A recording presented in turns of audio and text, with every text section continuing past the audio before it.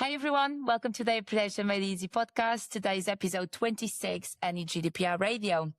How did you find the session, Caine? It was a great one, wasn't it? Yeah, really interesting session. We spoke about loads of different pieces going on in the news this week, and there's been a lot of movement. So we've seen, particularly quite big waves with the ICO. So we had a little bit of a chat about that, as well as talking about, some other public authorities and speaking about some elements with some political parties and some unsolicited direct marketing. Yeah. We spoke about a little bit as well about AI and the fact that the UK government is launched a call for evidence to understand whether the data protection framework is keeping a pace or not with AI.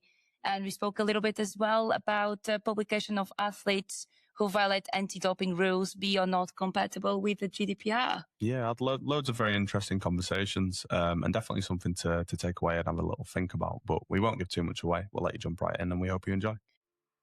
If you've been listening to Data Protection Made Easy for a while, you'll know that we go deep on the topics that actually matter, whether it's SARS, ROPAs, or international transfers. And one of the things we hear all the time is, where do I go to learn more? Where is the training that matches this level of detail? Well, we've got an answer for that. Data Protection People is launching its e-learning platform on Monday, the 13th of July.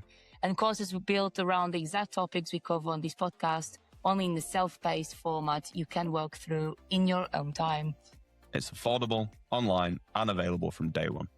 Head to dataprotectionpeople.com/training courses to find out more.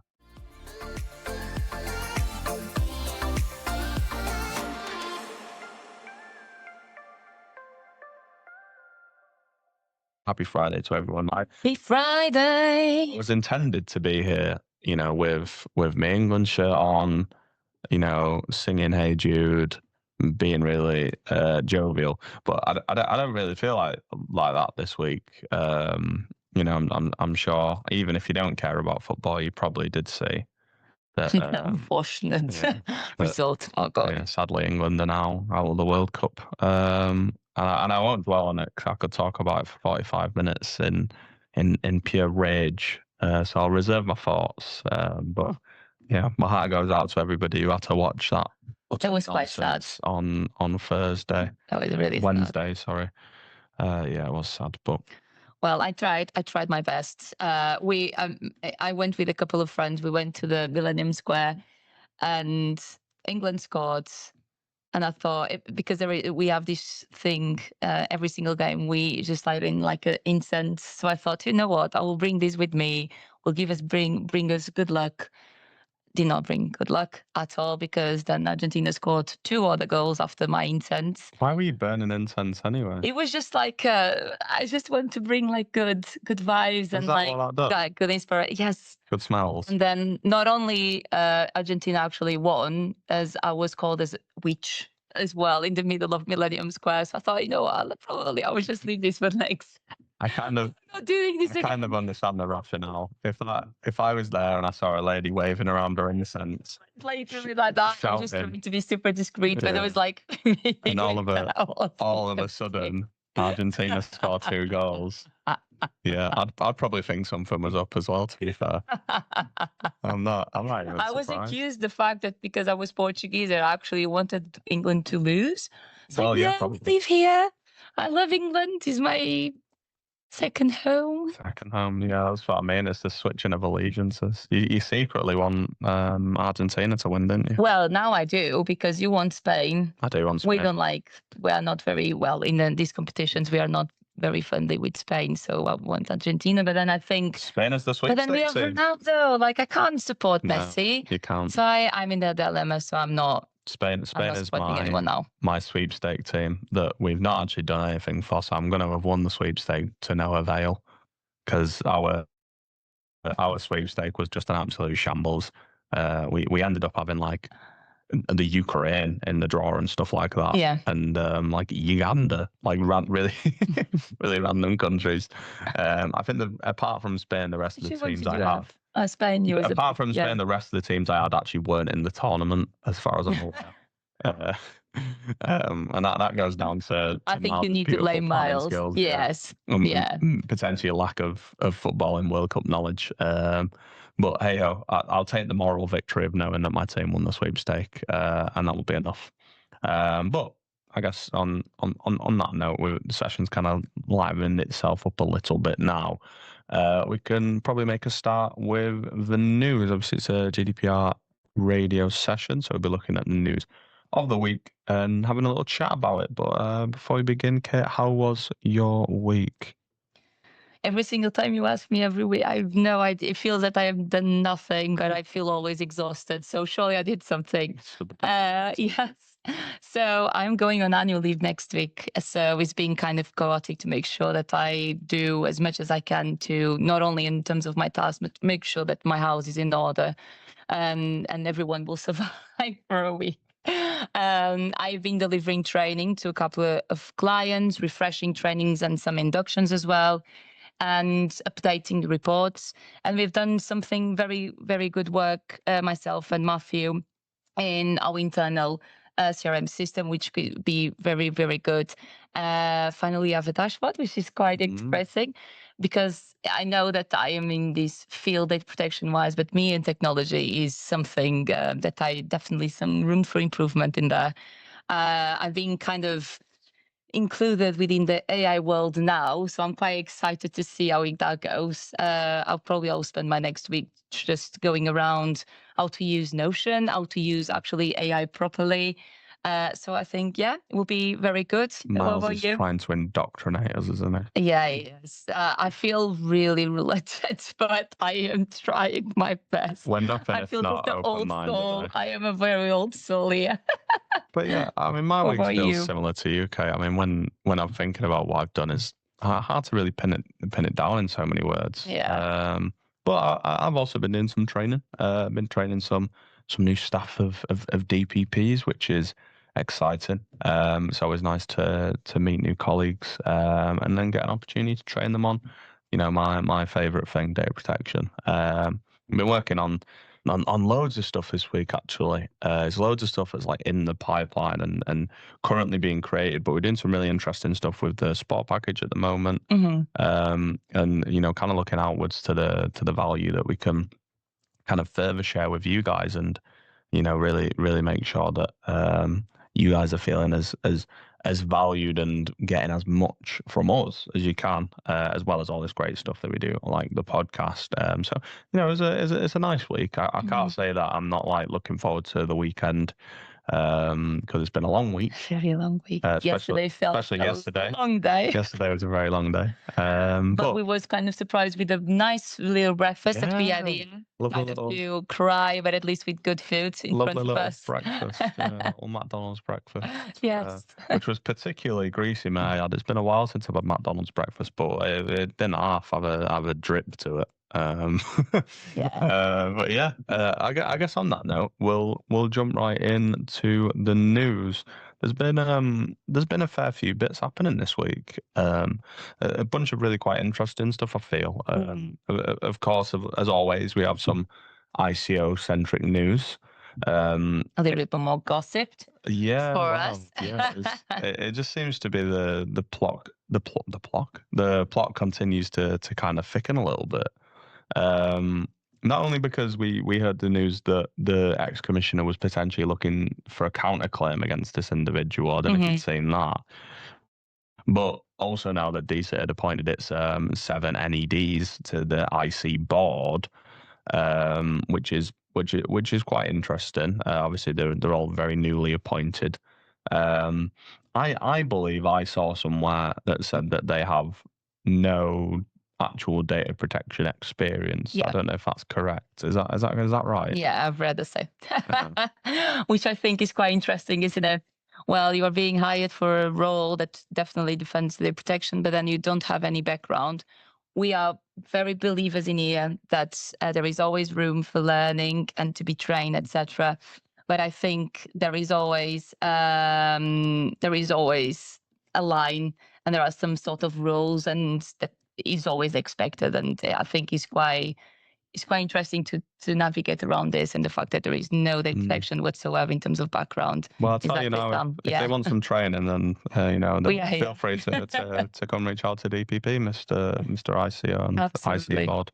I think on that, actually, I've seen that the draft, the strategy around that was around that they made the point, and I'm quoting here, made it very clear that encouraging innovation should not come at the expense of protecting individual rights, because these new appointed 7 non-executive directors came from the Department for Science, Innovation, Technology. So which is quite, I think is quite interesting to just navigate around that. Yeah, I mean, there's going to be quite a big focus on innovation, I think. Which is, is not surprising, but we've seen obviously recently in the news that organisations are willing to, and the police maybe are willing to do whatever it takes for the sake of innovation, and worry about data protection a little bit later.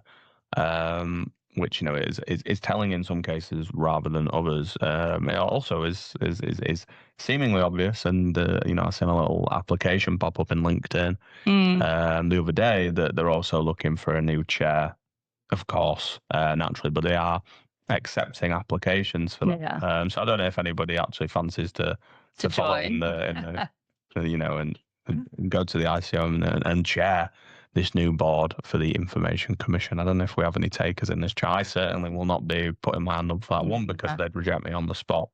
They probably will check our background and previous comments on the podcast and see probably we're not the best. I get profile views from people that work at the ICO all the time, quite often. So I do. But then it brings the question: why? Is it a good? Am I talking a lot of rubbish? Is it good or bad? I think I'm probably talking a lot of rubbish, and I think, oh bloody hell, there's this Caine guy moaning about the ICO again. I am moaning about the ICO again. Here we go. You just have to put up with it. But you know what? On this, I think obviously because of this old John Edwards scenario and situation, and the lack of trust actually, and the confidence on the regulator, the fact that we are appointing the new board chair probably will provide an opportunity to try to rebuild that trust and confidence on the regulator. They're going to have to, hopefully. Yeah, they've not really got much of a choice. I mean, whoever comes in is gonna feel a little bit, I think, under the cosh immediately.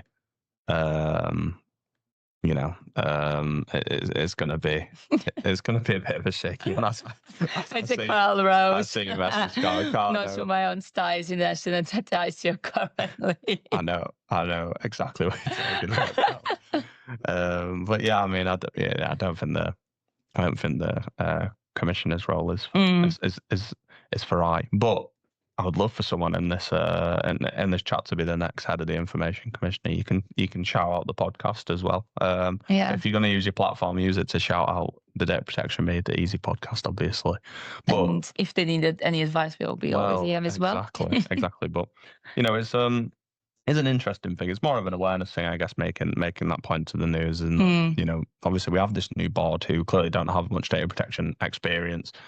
And we'll likely be looking at things, again, as we mentioned, from the perspective purely, how can we innovate? How can we keep pushing forward? I really do hope whoever comes in and chairs this board is able to keep a rein on and keeping in check of individuals' rights and making sure that there's not a really obvious imbalance here. Yeah. But, only time will tell. I think, the ICO could look very different, or the IC, should I say. I can't help but call them the ICO.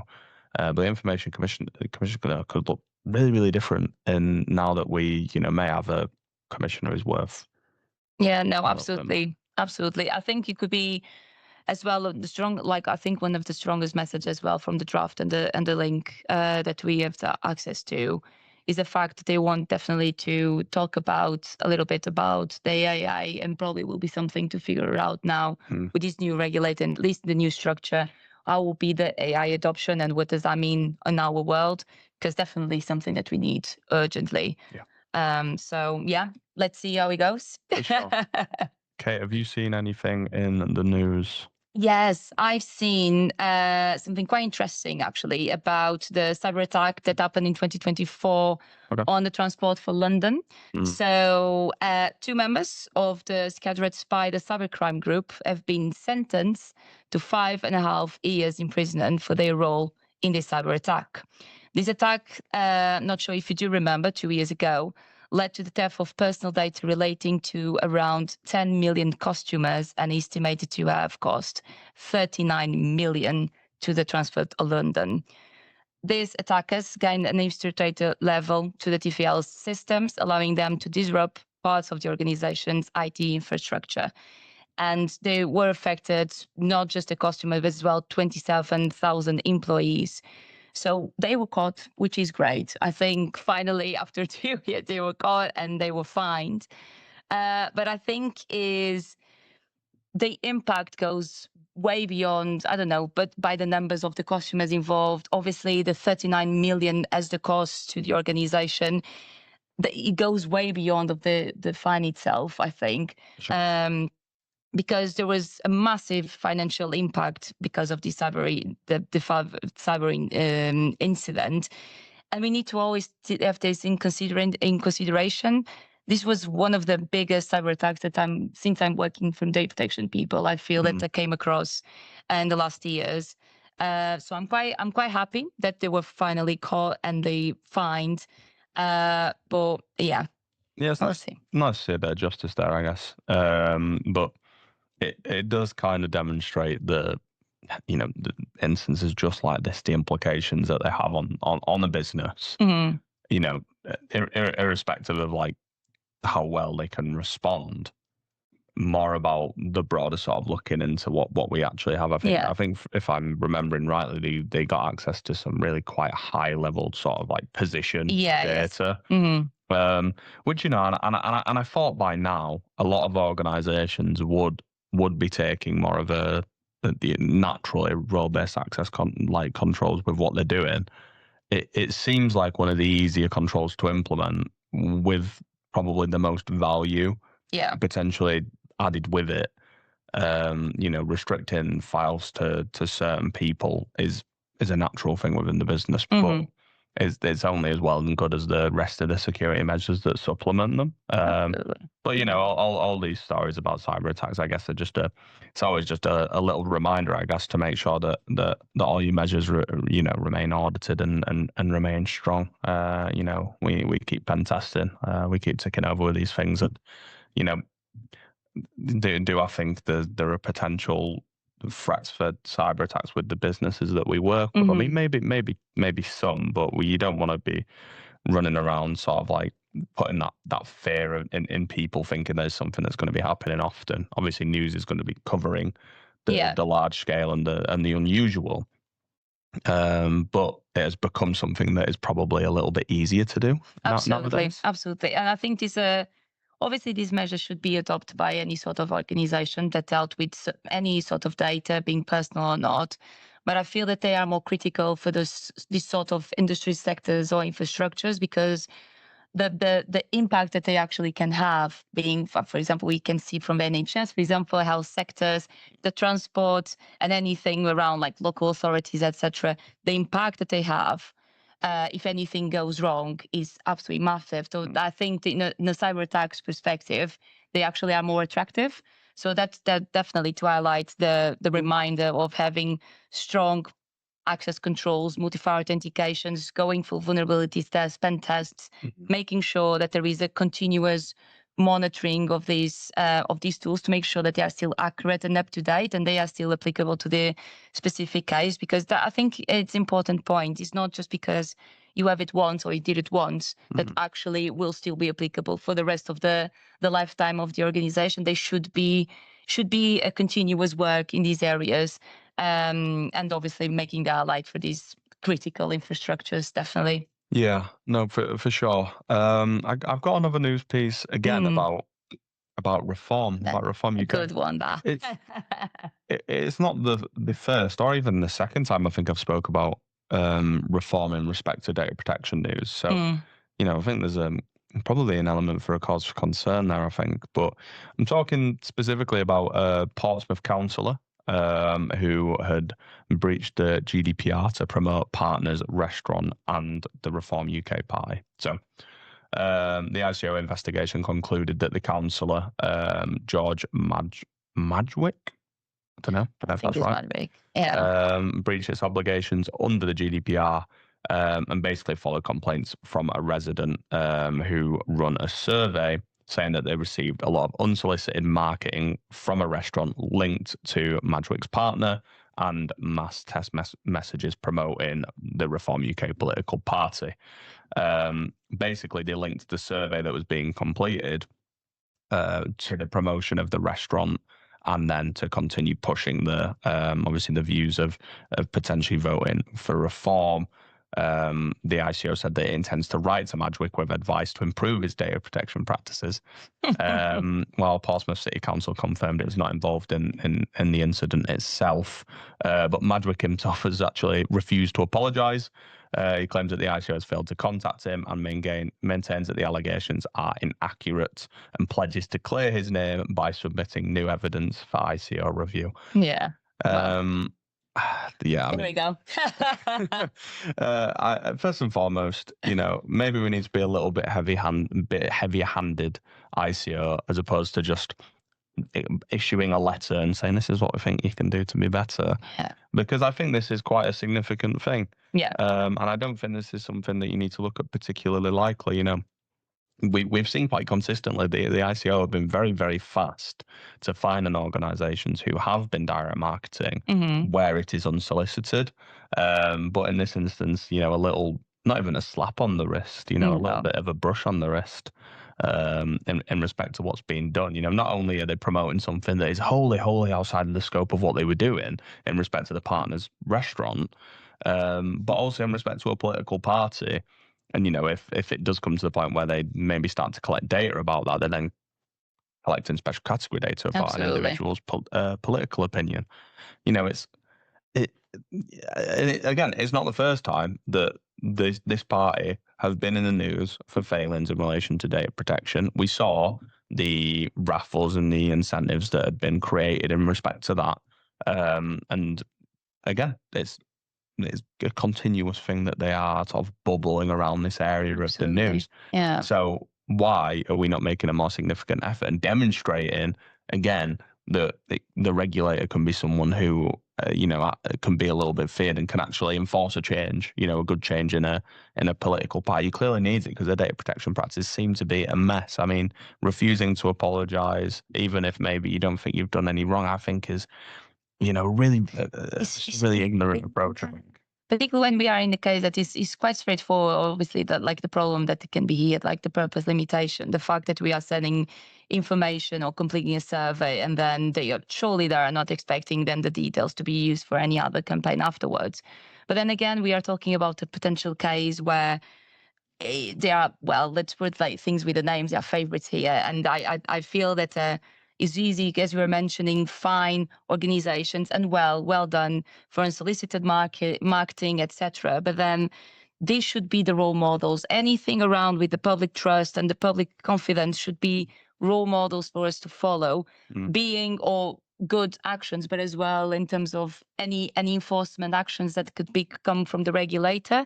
And when these problems exist, and actually this is a response, how can then expecting for a small organization, even individuals or even the organizations in general, actually trust or to do something because they can think, okay, well, it's true that they can find, but however, this happened, nothing happened. So why should I comply then with the law? Because actually we'll probably have more profit in sending this. And actually the response will be almost zero, well, it's just weird. Seemingly, if you're a public authority, then the ICO aren't going to do anything. Exactly. Basically. And, it's a little disappointing, but, it seems to be a regular thing that some political parties, maybe it's not just Reform, continuing to market themselves in an unsolicited name. I just used to remember when they used to just post stuff. Can you not just do that anymore? Exactly. It's or knocking on doors. Get some. Maybe that's what it is. Maybe they're worried when they knock on doors, people aren't going to be too happy to see them there. Yeah, but I mean, the clear was a good intention in the last time they were just promoting the restaurant. Probably was. Well, why are they promoting? Yeah, but is that a good intention? I don't think so. Like, I appreciate you helping. There is no malicious intention, at least. No, it's not. Yeah. I don't think it's because it's malicious, but I think it's I've got these contact details now. Let me let me do whatever it is to promote it. Now I've got these numbers, let me do whatever I feel that I want with them, completely disregarding the obviously the principles of data protection law, and just saying, I've got these numbers now, I might as well use them, because it'd be a shame not to. But, if they just was a little bit diligent in those first couple of steps, then it may very well have been the case that it wasn't quite, Yeah. It wasn't as significant. Well, I mean, this is the ones at least we know and we are aware of. So probably it's already happened sometimes. I also take your point, Prav, because I know and from experience that the ICO are very quick to maybe judge on something without both parties being present to actually present their case. So maybe it's the case that this was all blown out of proportion, but I'm taking it. I'm taking it as it is for now. I'm taking it at face value. But no, I completely take your point with that, Caine. It is something that hopefully will be addressed with the ICO in respect to some of their investigations. If they're going to take this new high risk approach to reviewing complaints, then I really hope that they do a diligent investigation. And assign it to the relevant caseworkers who can provide some fulfilling advice and really help people along the lines, because sometimes people just go into the ICO because they're also unsure, not just because they want to complain. So hopefully this seemingly new wave of recruitment for the case officers will maybe help in some of the guidance and the decisions that people are getting as well. Hopefully. We can hope, can't we? Well, but on another news, I feel that we are quite, as soon as the ICO comes, I feel like we are negative, and then we feel that we need to put out some positive here. I've seen, actually, it was Eve that brought this to our attention, that they are, the UK government has launched a call for evidence to understand whether the current data protection framework is keeping pace with AI and other data-driven technologies. So it's important just to make the point that this is not a consultation on new laws, anything around changing on UK GDPR or any legal framework, but actually the government is actively asking the businesses, regulators, economists, and academics, organizations to share their experiences of using AI and whether there are areas where the law is unclear or critical or creating practical challenges. And I feel this is quite interesting, because a couple of days ago, myself and the other consultants have a data protection forum here internally, where we discuss several things, one of them being the AI. And one of the things that we were talking was the evident lack of rules, like binding rules and legislations around AI. It's true that we have principles. It's true that we have the 10 principles, and then we have some sort of security requirements under the 42001. But there are no binding rules around it. And we were feeling again, we always trying to around the principles, then trying to adequate with the UK GDPR.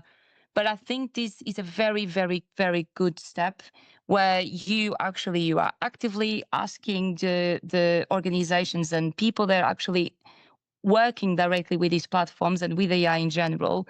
And let us see, when you are trying to figure out around with the UK GDPR, what are your challenges? What have you faced? And you feel that the law does not provide you an answer, or actually isn't clear, there is no guidance.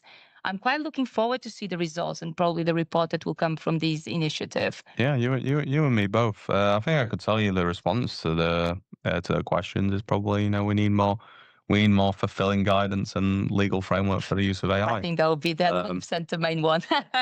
I don't think it takes this broad consultation to understand that, but I think it is a really positive step. I can see in the statement that you've allocated that the UK wants to become a leader in AI adoption. Yeah. Well, at least if that is their plan, they're looking to do it with some respect of diligence and care to the compliance elements of AI, which is comforting. Because it is something that we also desperately need. Everybody's fighting this 12-round slog with AI at the moment, just trying to keep up with what they understand. But we need to expect more, hopefully, from the government in coming period of time. If I had to guess, it's going to feel probably acutely similar to the AI Act. But I don't think that's a bad thing. No, I don't think it's a bad thing. No, because it has the tests, doesn't it, for the AI? What they do called? They do have like the assessments, risk assessments based on priorities or based on risk. Yeah, I can't remember what it's called for the life of me now. But it's absolutely slipped my mind. But some of the measures that they have implemented as part of the EU Act, I'm quite a fan of, in terms of like looking at the actual supplier of an AI and determine its weight and its use. So yeah, really hoping and I'm quite hopeful that this is going to be something that's going to be really quite positive. Yeah, absolutely. And getting more stuff on the law and the guidance allows us to also be more helpful with you guys as well. And it creates a little trickle down effect where we can continue to keep providing value with AI, because we get asked about it all the time, and whilst we do still do pretty stellar work, it's nice to have that legal backing, isn't it? And hopefully that's something that we can continue to build on. Yeah. But keep posted as we continue to update you guys on how that shapes out. But an interesting one. So thank you to Eve. Yeah, thank you, Eve. I have actually another one that I came across about the Court of Justice of the European Union. So they actually ruled a case in 2024 about the violation of anti-doping rules and the potential publication of these athletes' data, information and personal data, obviously related to that, online. So the ruling was about if it's compliant or not, and compatible with or not with the GDPR, and they actually came across with a positive answer that it is. So the fact that they were publishing the names of professional athletes who violate anti-doping rules online can actually be compatible with the EU General Data Protection Regulation, provided that the data protection and the safeguarding of sporting integrity are carefully considered beforehand. So the court ruling clarified that member states may permit the online publication of an athlete's name, duration of their ban, and the reasons for the ban. However, any national anti-doping legislation must comply with the GDPR. Specifically, the body responsible for publication must always balance competing interests before the publication, and the duration of the online disclosure must strictly adhere to the principle of proportionality. I think it's quite. I appreciate the ruling, and it's always good things to understand here. Being the main one, the proportionality, I think, is key. The balance between the potential publication and the athletes' rights and freedoms and interests on the other side, and obviously the balancing of their rights in general. But I must say that I was unclear. I was uncomfortable with this. I was not expecting this to actually to be a positive kind of ruling in this. I don't know your thoughts. Don't mind it, actually. I kind of sit in two halves. I don't mind it. I understand it from the perspective of publishing it to an extent. There are inherent benefits, I suppose, in terms of in the world of sport, maybe from the perspective of journalism. Understanding why these people are actually out of the sport is quite important. And I mean, as much as this probably isn't a more active scenario, also knowledge to the clubs themselves. Doping could carry a potential risk to the club itself. You bring someone on who has been known to violate anti-doping rules. Yeah, it's a potential reputational risk. It's a potential risk of income to the organisation, and potentially maybe bringing an athlete in who is a risk. Yeah. And I believe to an extent they deserve to know that.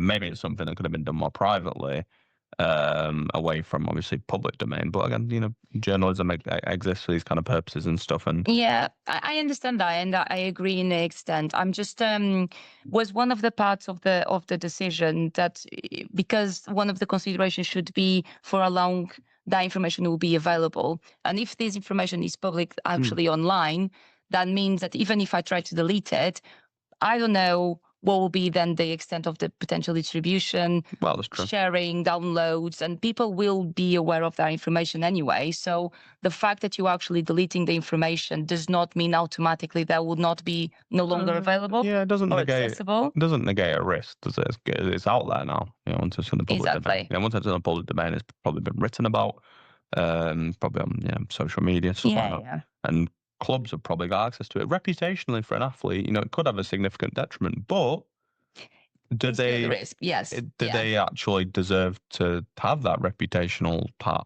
risk identified with them if they've done something that was breached the rules of the sport?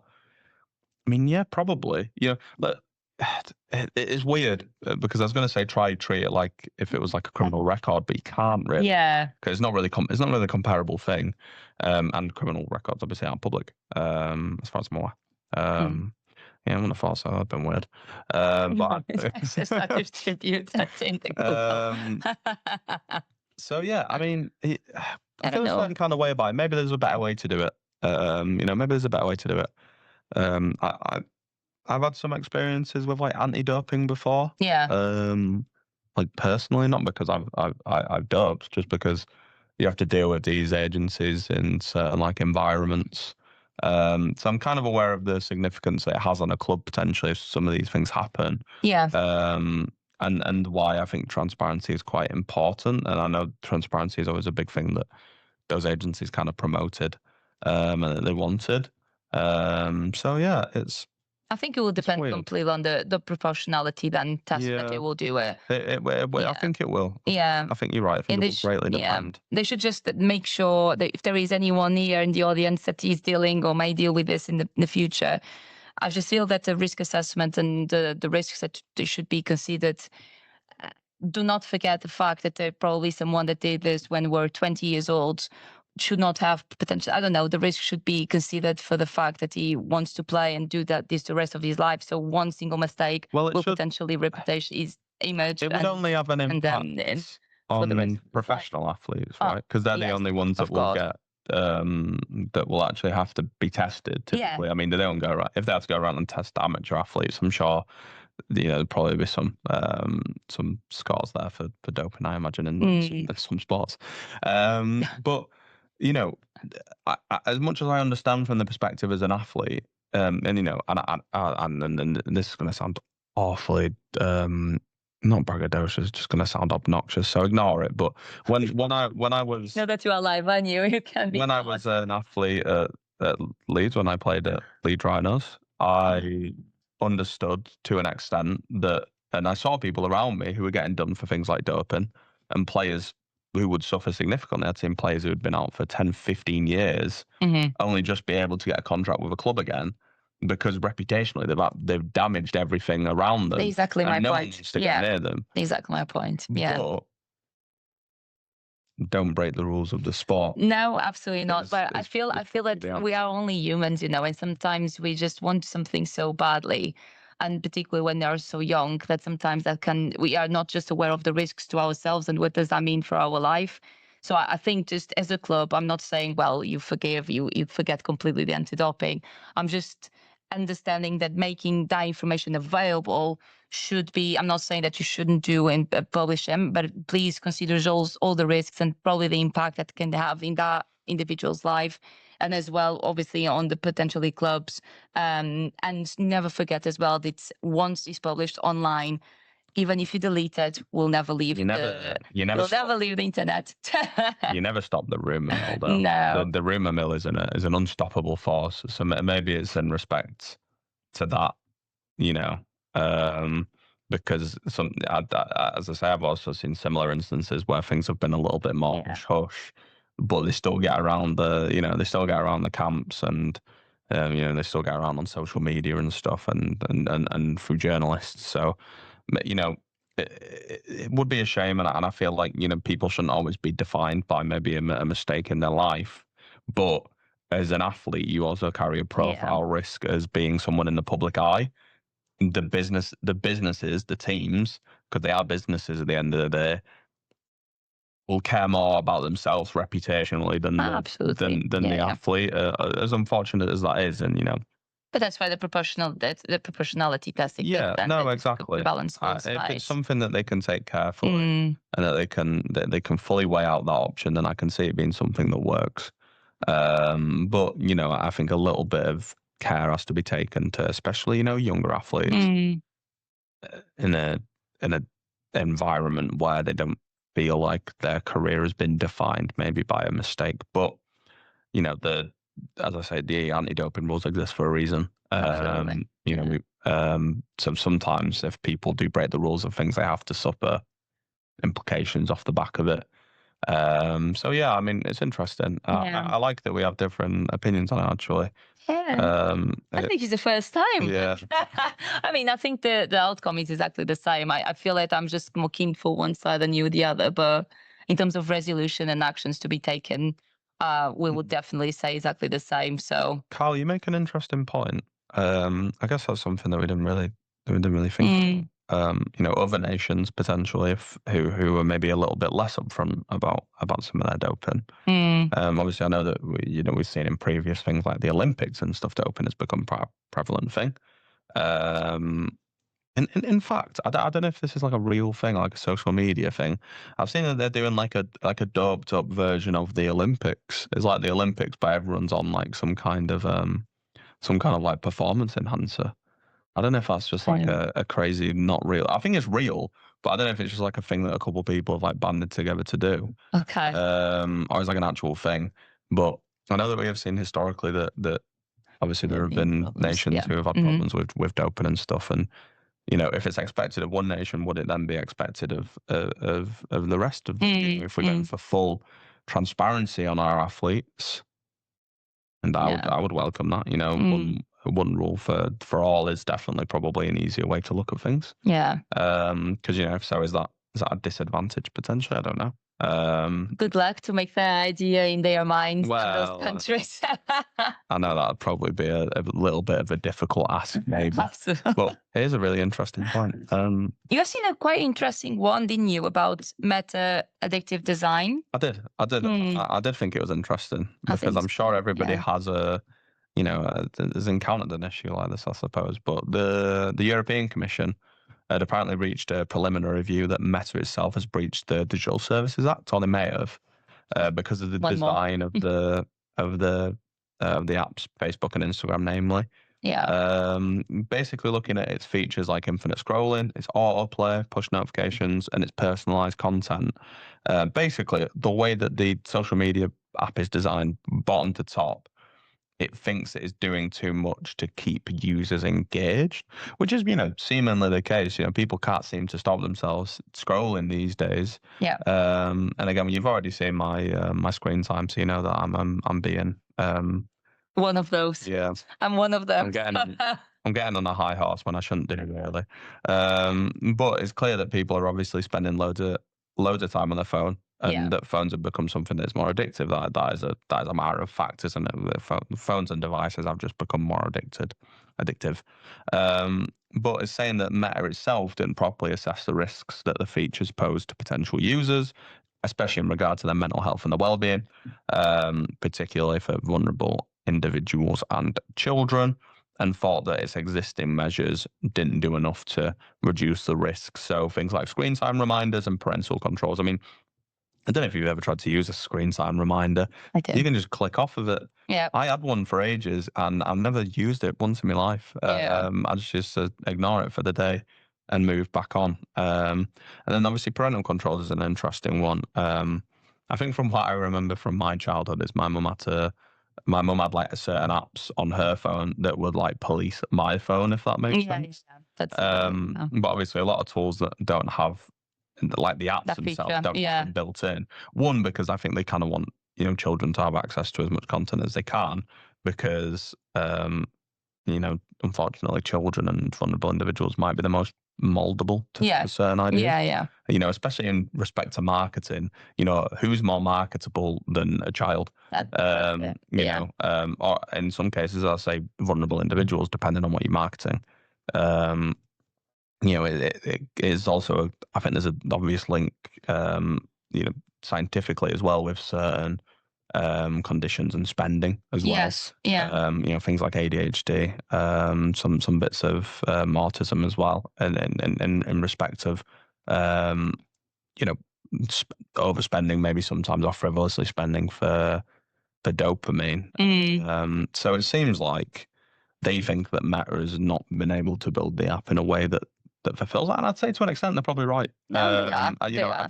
I don't see anything wrong with that statement, but what is it that they're expecting Meta to do? What do they actually? And I think this is what we're lacking: is what does Meta need to do now? I mean, that there is I've seen, I think I already spoke about this documentary that I watched a couple of months ago. It's called Social Media Dilemma. Oh, okay. And actually it's really just about this. It's about the way social media is actually designed. And it does not talk about, talks a little bit about data protection, but it's more about the platform design and how it actually is built to create and instigate on you, encourage excessive or compulsive use. And every single episode, it kind of goes around every single groups of people.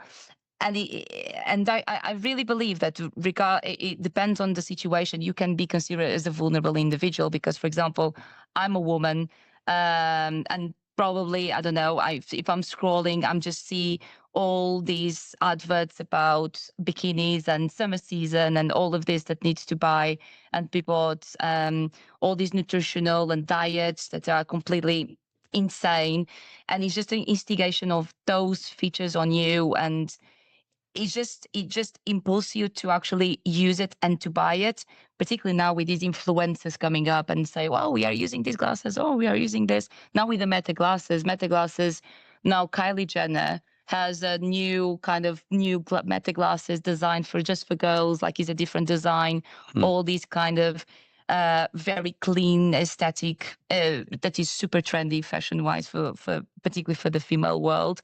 And he has a voice. So now she's promoting the glasses, the Meta glasses. Yeah. So it's exactly the same features, can be recorded at any time. There are no transparency. What does the voice say? Hi, welcome to Meta glasses. That's what I was saying. How can I help you?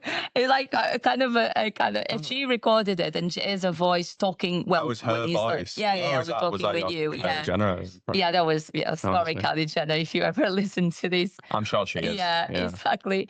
But I feel like there are so many concerns, and the main one is definitely whether platforms are actually doing enough to protect children and any other these vulnerable individuals that should be non-seen, obviously, as should be considered vulnerable individuals depending on the situation we are talking about and what is the case. But as well, are actually the safety features actually very effective? Because we are talking about parental controls. We are talking about all these individuals being involved. But as you mentioned, it's just easy. They're not effective. Easy enough, like the app do not have the parental controls, so it's easy to go around. The issue is social media was created to be addictive. And that's the issue, and that they have an inherent benefit in being addictive. So I don't see them, desperately changing their ways, because it is very clearly a very profitable thing for them to do. Because, people would much rather spend all day on social media, and sign up for XYZ, share the data with XYZ party than doing most things now, and that's become an inherently profitable practice for loads of different people. So we seriously need a crackdown on the law to see, I think, any really big shifts. Obviously, I know there's all the stuff talking around with the social media bans from the 16s, but that's gone seemingly quite quiet, hasn't it? So, it's already over, isn't it? Like it was a big news, and then it's something to think about. And I guess I'll leave you with the question posed by Sarah there. Something to think about. Is what's the difference between wearing Meta glasses at work and everyone else that has a mobile phone that can record covertly anywhere? Maybe a little interesting thing to take away and have a little think about. I know that I probably will, because I probably have a few answers to the question, but I can leave it for next week. On that note, guys, we hope you have a lovely weekend. If you are Spanish or Argentinian, or you support them, first and foremost, boo. And good luck in the finals on Sunday. We will catch you next week for another topical session. Yes, the next week will be about creating training which changes behavior. And I will not be here because I'll be on annual leave, but Caine will be with Amber next week. So I hope you have a good weekend. Thank you so much. Thank you, guys. Bye. Good weekend. Bye-bye.